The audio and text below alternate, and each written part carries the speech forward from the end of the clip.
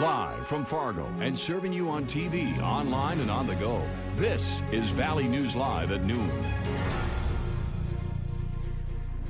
And we start with breaking news this Wednesday afternoon. Emergency responders called out in West Fargo where two men were trapped in a trench collapse. Red River Regional Dispatch confirms that emergency crews had to conduct a rescue at that construction site, and that is where we find Valley News Team's Ashley Bishop live with the very latest details. Ashley? That is right, Kyle. It was a frightening morning here for the concrete workers that were in this trench just behind me, this big hole where they were digging and pouring concrete when the wall just gave way.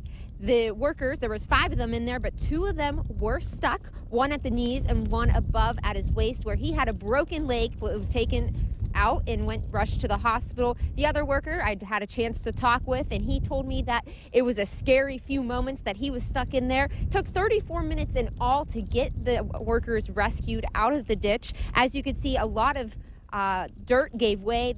The worker told me that the dirt was very heavy, and it was even scary for both of them inside. All the men said that they are a little nervous to go back in the ditch when they have to go back to work. Right now, WSI is out here looking into the scene to see if the scene was not, there was not walls that should have been there for supporting the dirt so it would not give way. They're all still investigating. Everything is still fresh, Kyle. We'll have more at 5 and 6 tonight. All right, Ashley Bishop again reporting live from West Fargo, the scene of a trench collapse this morning. 2 men were trapped for a short time. Thank you very much, Ashley.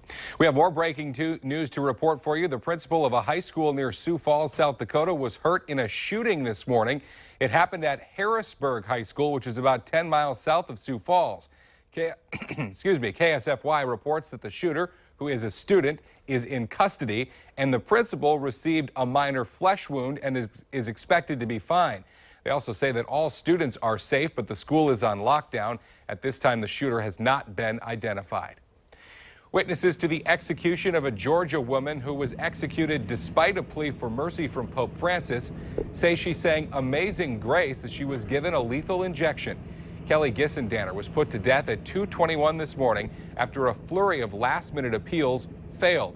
Gissendanner, who was sentenced to death for plotting the 1997 murder of her husband, sobbed as she apologized for her crime.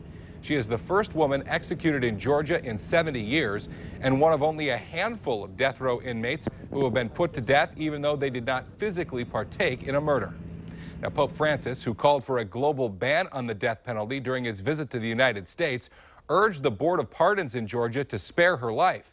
Media witnesses to the execution say Gissendanner was very emotional during the proceedings. She apologized for what she did. She said she was sorry that that amazing man lost his life because of her. And once after the execution started, she began singing Amazing Grace and sang it all the way through. The man who actually killed Gissendanner's husband took a deal from prosecutors to testify against her. He was sentenced to life in prison and is eligible for parole in 2022.